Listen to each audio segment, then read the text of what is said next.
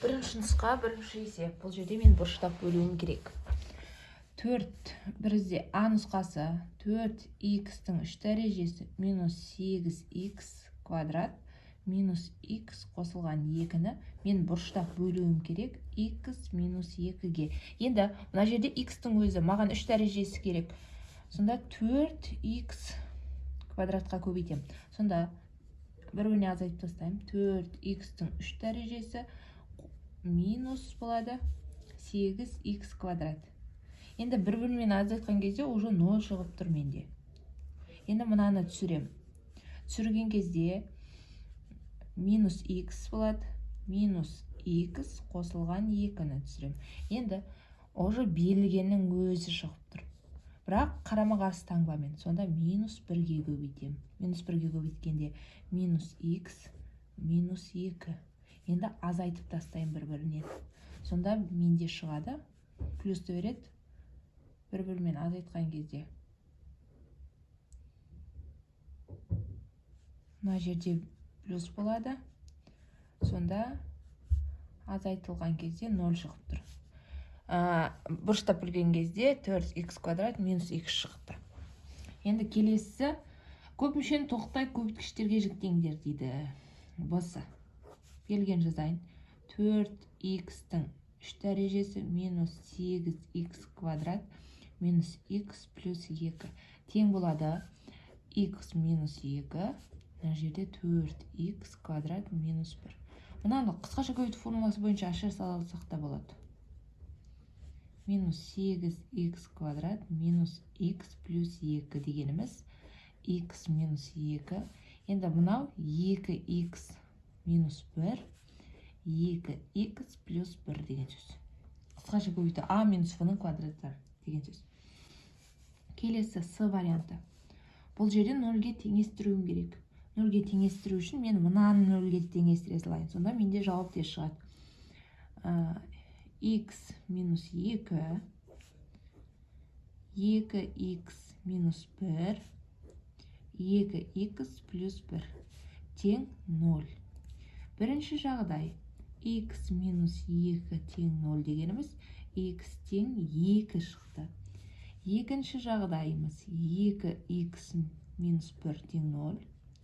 Ол 2х тең 1-ге, х тең бізде 0,5 шығып тұр. Үшінші жағдай 2х плюс 1 тең 0. Сонда 2х тең минус 1-ге, х тең минус 0,5-ге тең тұр. Енді жауабымыз шықты. 0,5 деген сөзіміз. Осы жауабы х біріміз тең 2, х екіміз 0,5, х үшіміз минус 0,5-ге тең. Мына берілген бойынша шығып тұр.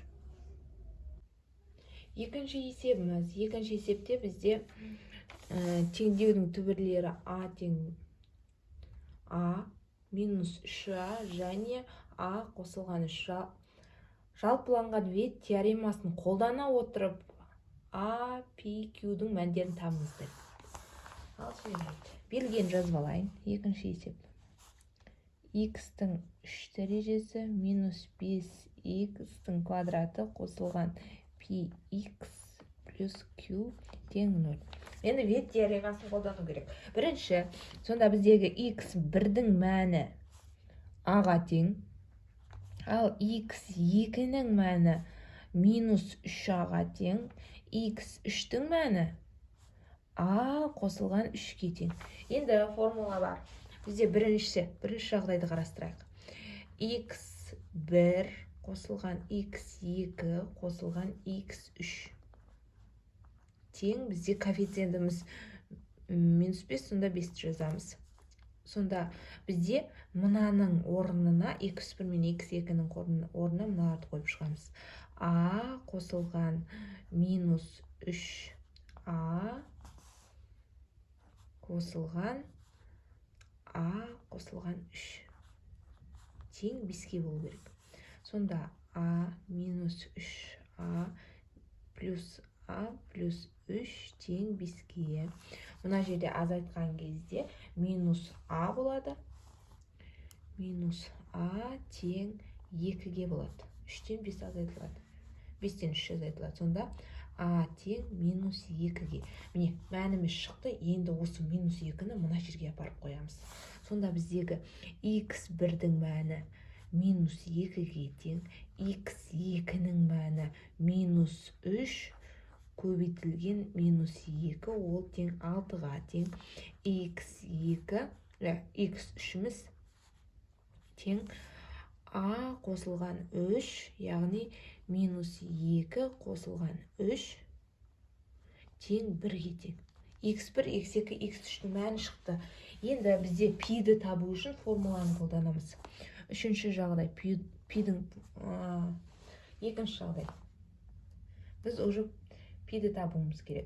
Ол деген сөзіміз x1 мен x2-нің көбейтіндісі қосылған x1 мен x3-дің көбейтіндісі қосылған x2 мен x3-дің көбейтіндісі бізге p-ның мәнін шығарады. Сонда x1-дің минус 2 көбейтілген 6 қосылған минус 2 көбейтілген 1 қосылған x2-міз 6 көбейтілген 1 тең пиға. Сонда мына жерден минус 12 минус 2 қосылған 6 тең пи. Мына екеуі минус 14 қоссақ азайтылып кетеді, минус 8 тең пи болады. Сонда пи тең минус 8-ге болады. Пиіміздің мәні шықты. Енді үшінші біз x1 көбейтілген x2 көбейтілген x3 тең минус q-ға. Минус 2 көбейтілген 6 көбейтілген 1 тең минус q. Көбейтсек минус 12 тең минус q-ға. Сонда q тең минус пен минус кетеді 12-ге. Жауабы бізде а-ның мәні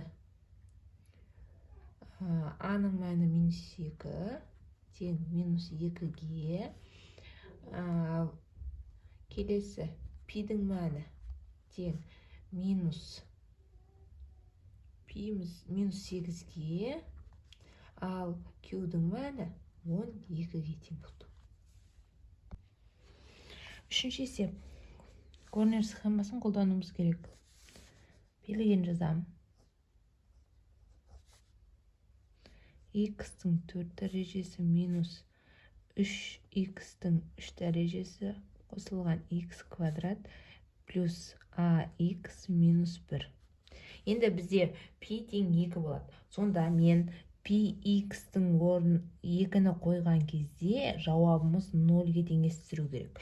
Ең соңғы жауап барлығында Горнер схемасы бойынша 0 шығу керек. Коэффициенттерін мен бірінші жазып алайын. Мына жердегі қоятын саным менде 2. Мына жерге жазамын. Коэффициентім бірінші өрнекте 1 болып тұр. Келесі өрнекте бізде коэффициент минус 3. Келесінде 1. Одан кейінгісінде а. Келесінде минус 1 жазылған коэффициент. Енді қараңыздар, бірінші өрнек сол қалпында түседі. Сонда мен 1-ді жазам. Бірінші тұрған әрқашан сол орында қосылады. Сонда мына екеуін көбейтемін де минус 3-ті қосам.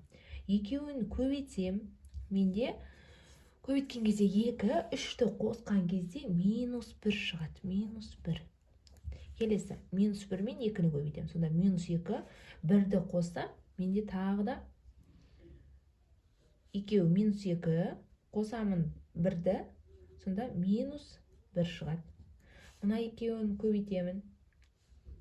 Сонда минус 2, қосамына а қосылған минус 2 емес, а азайтылған минус 2 деп жазсам, сонда ықшамдалған түрі болады. Келесі, мынаны көбейтем. Сонда аның менде көбейткен кезде 2a-ның минус 5 болады. Сонда көбейткен кезде 4, мұнан минус 1-мен 5 болады. Енді ең соңғы шыққан мәнім менде 0-ге теңестіру керек.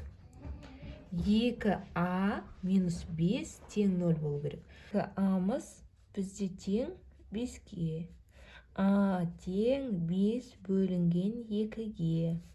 a тең 2,5-ге. Жауабы a тең 2,5 шығады.